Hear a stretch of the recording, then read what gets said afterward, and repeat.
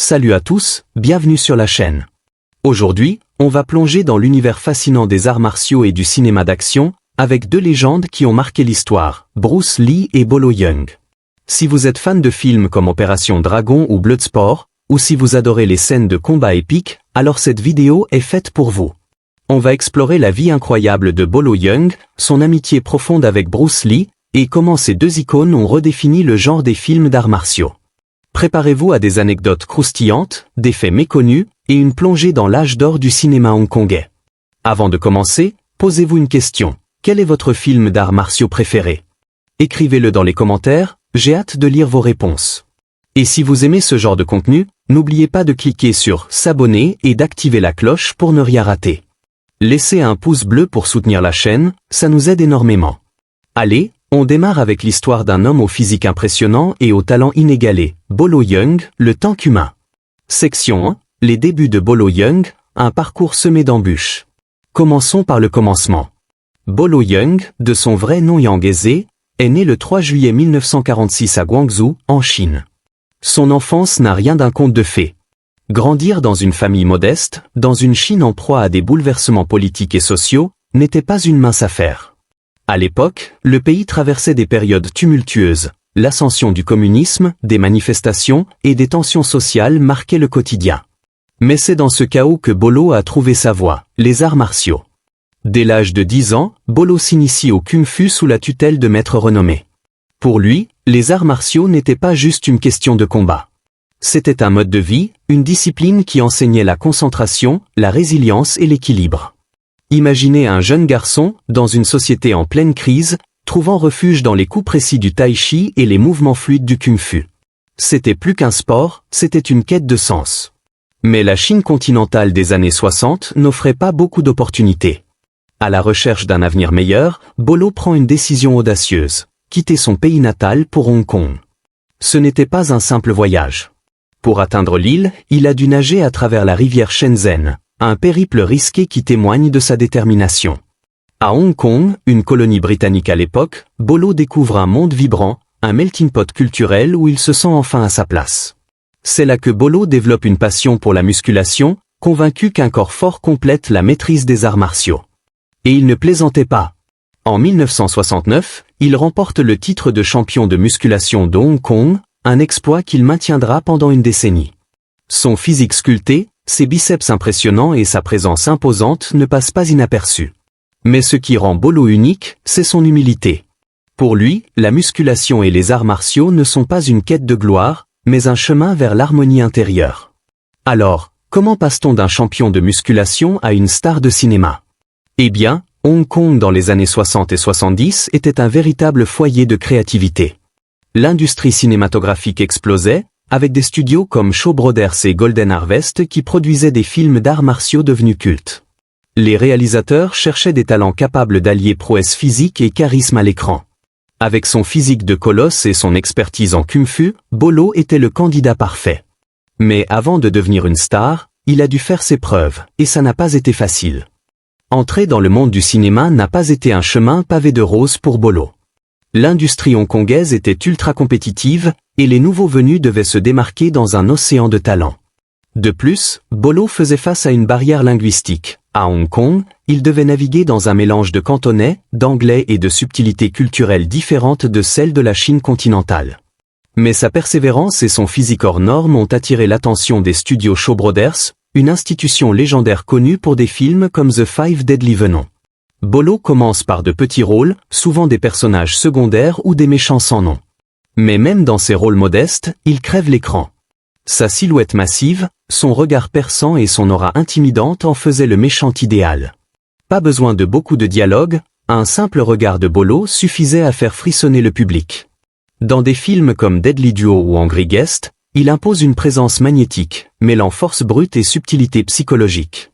Ce qui distingue Bolo, c'est sa capacité à transcender le stéréotype du méchant musclé. Ces personnages ne sont pas juste des brutes sans cervelle. Il leur donne une profondeur, une complexité qui capte l'attention.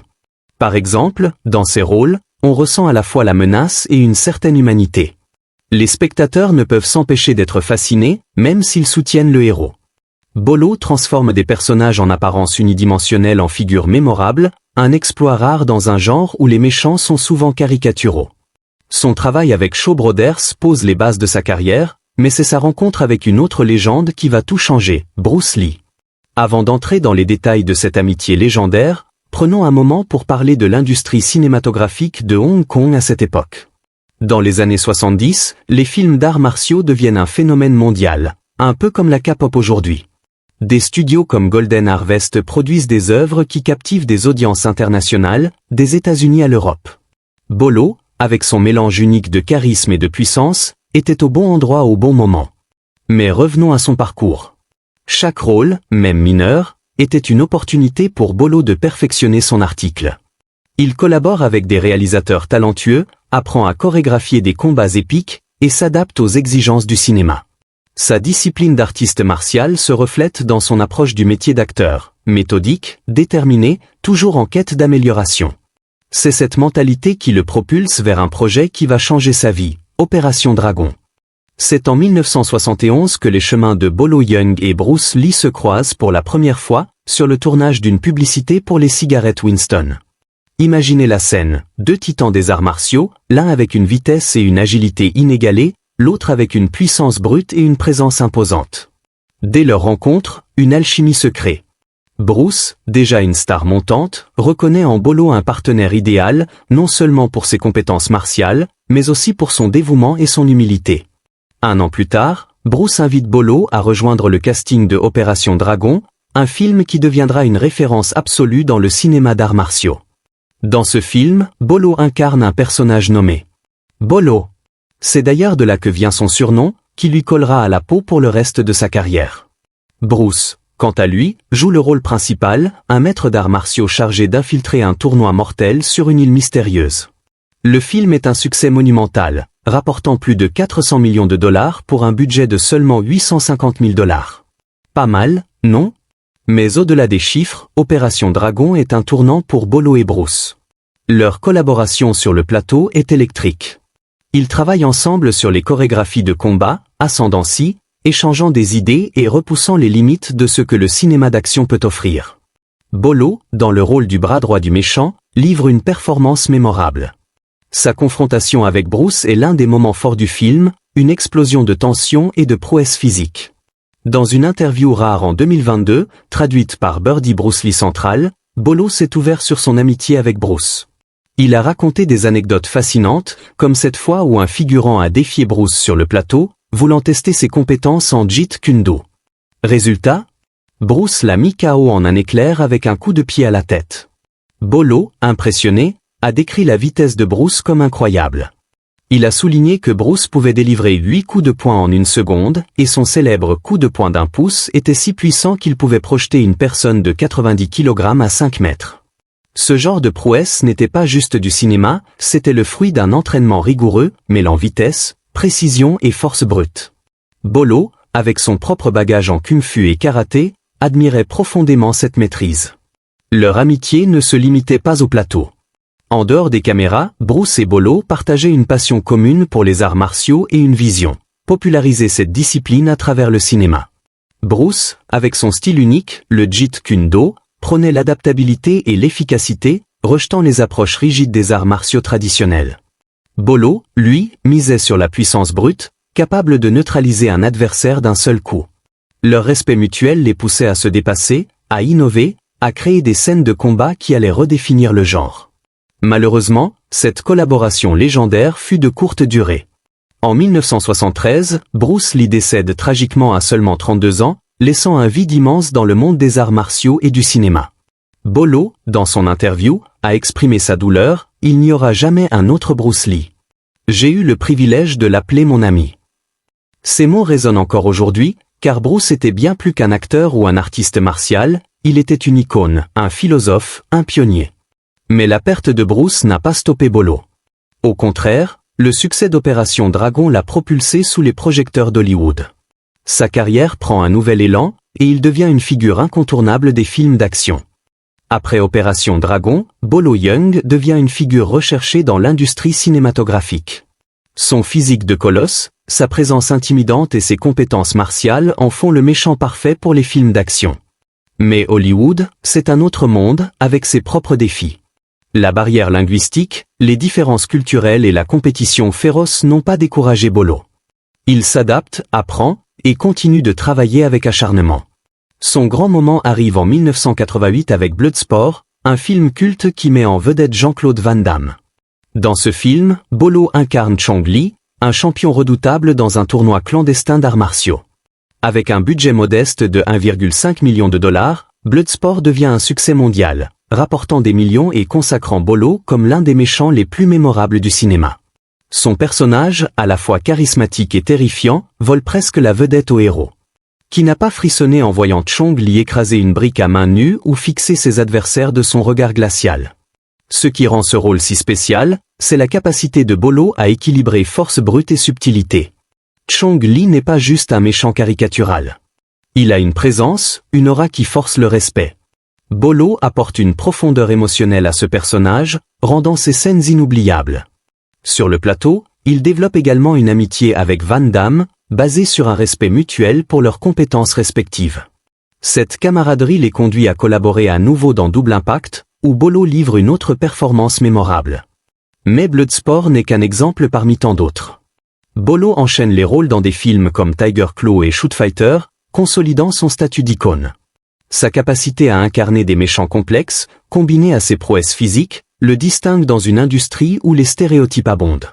Il ne se contente pas de jouer le méchant musclé, il donne vie à des personnages qui marquent les esprits. Son succès à Hollywood montre aussi sa polyvalence. Bolo ne se limite pas aux arts martiaux orientaux. Il intègre des éléments de combat occidental, comme le karaté et la boxe, créant un style hybride qui séduit les réalisateurs. Ses scènes de combat sont soigneusement chorégraphiées, mêlant puissance et précision, et il n'hésite pas à réaliser ses propres cascades, ajoutant une authenticité rare à ses performances. Bolo devient aussi une source d'inspiration pour une nouvelle génération. Des acteurs comme Van Damme ou Steven Seagal s'appuient sur le chemin qu'il a tracé, tout comme Bruce Lee avant lui. Mais ce qui rend Bolo unique, c'est son humilité. Malgré la gloire, il reste fidèle à ses racines, continuant à pratiquer le tai chi et à promouvoir l'harmonie entre le corps et l'esprit. Alors, comment un homme issu d'un milieu modeste à Guangzhou est-il devenu une légende mondiale? C'est une question de discipline, de résilience et de passion. Bolo n'a jamais cherché la gloire pour la gloire.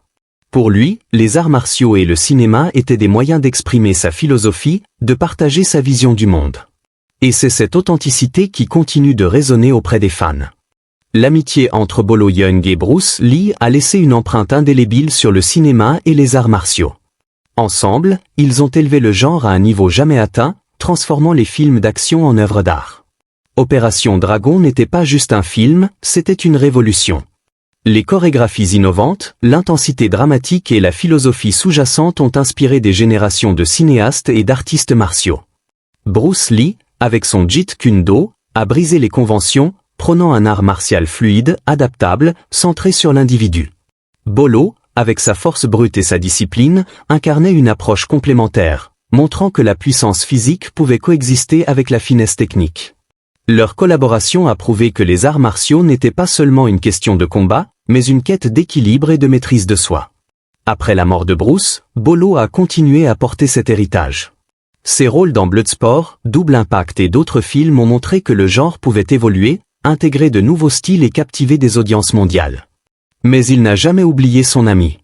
Dans son interview de 2022, Bolo parlait de Bruce avec une émotion palpable, soulignant à quel point il était unique, irremplaçable. L'impact de Bolo et Bruce va au-delà du cinéma. Ils ont popularisé les arts martiaux à une époque où ils étaient méconnus en Occident, ouvrant la voie à des disciplines comme le MMA et inspirant des millions de personnes à s'entraîner, à se dépasser, à trouver leur propre voie.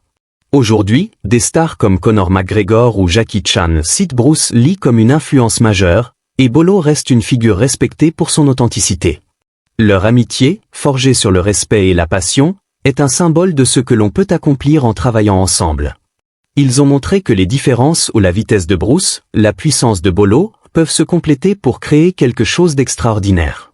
Et si Bolo est aujourd'hui retraité, son héritage perdure dans chaque film d'action, chaque dojo, chaque fan qui regarde Opération Dragon pour la 100e fois.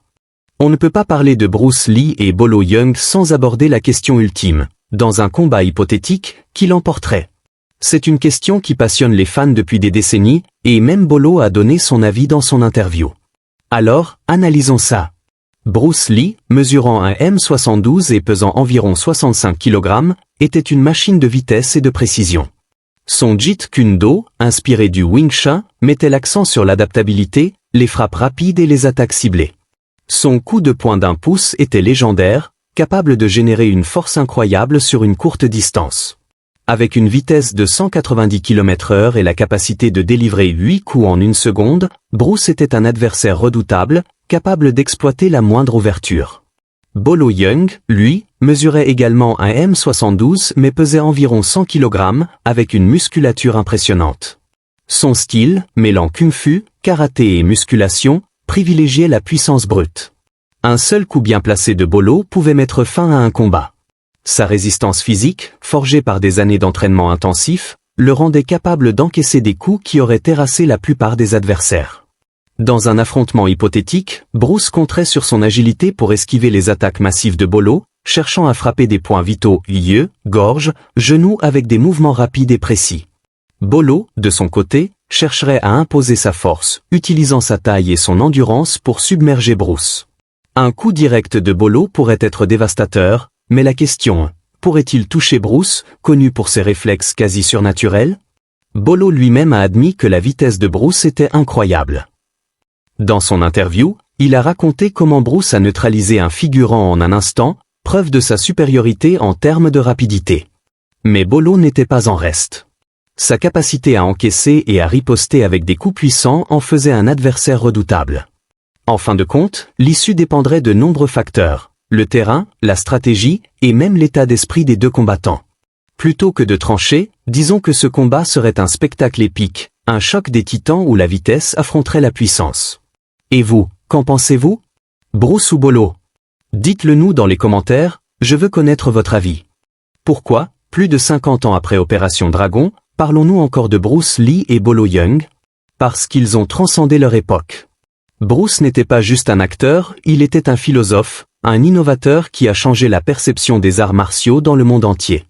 Ses films, comme La Fureur de vaincre ou Le Jeu de la mort, ont inspiré des générations, non seulement par leurs scènes d'action, mais par leur message, ne pense pas, ressent. Bolo, quant à lui, a prouvé que même un méchant pouvait devenir une icône, grâce à son charisme et son authenticité. Leur influence se voit partout, dans les films d'action modernes, dans les compétitions de MMA, dans les dojos où des millions de personnes s'entraînent chaque jour. Ils ont montré que les arts martiaux sont plus qu'un sport, c'est une philosophie, une manière de vivre. Bolo, avec sa discipline et son humilité, et Bruce, avec sa vision révolutionnaire, ont créé un héritage qui continue d'inspirer. Leur amitié, née sur le tournage d'une simple publicité, est aussi une leçon. Elle nous rappelle que les plus grandes réussites naissent souvent de la collaboration, du respect mutuel et de la passion partagée. Bolo n'a jamais cherché à imiter Bruce, il a tracé sa propre voie, tout en honorant l'héritage de son ami. Aujourd'hui, en 2025, leur impact est toujours vivant. Les rediffusions d'Opération Dragon attirent encore des foules, et les jeunes générations découvrent leurs films sur des plateformes comme YouTube ou Netflix. Les arts martiaux sont devenus un phénomène mondial, en partie grâce à eux. Et chaque fois que quelqu'un regarde une scène de combat de Bolo ou Bruce, il ressent cette même énergie, cette même passion qui a tout changé. Et voilà, c'est la fin de cette plongée dans l'univers de Bolo Yeung et Bruce Lee. Leur histoire, c'est celle de deux hommes qui, par leur talent, leur discipline et leur amitié, ont redéfini un genre et inspiré des millions de personnes. De Guangzhou à Hollywood, Bolo a prouvé que la persévérance paie, tandis que Bruce a montré que les limites sont faites pour être repoussées. Alors, qu'en pensez-vous? Qui est votre favori, Bruce, Bolo, ou les deux? Et quel film d'arts martiaux vous a marqué? Partagez vos pensées dans les commentaires, je lis tout. Si cette vidéo vous a plu, donnez un gros pouce bleu, abonnez-vous, et activez la cloche pour ne rien rater. On se retrouve bientôt pour une autre aventure dans l'univers du cinéma et des arts martiaux. D'ici là, restez inspirés, et comme Bruce le disait, soyez comme l'eau, mes amis. À bientôt.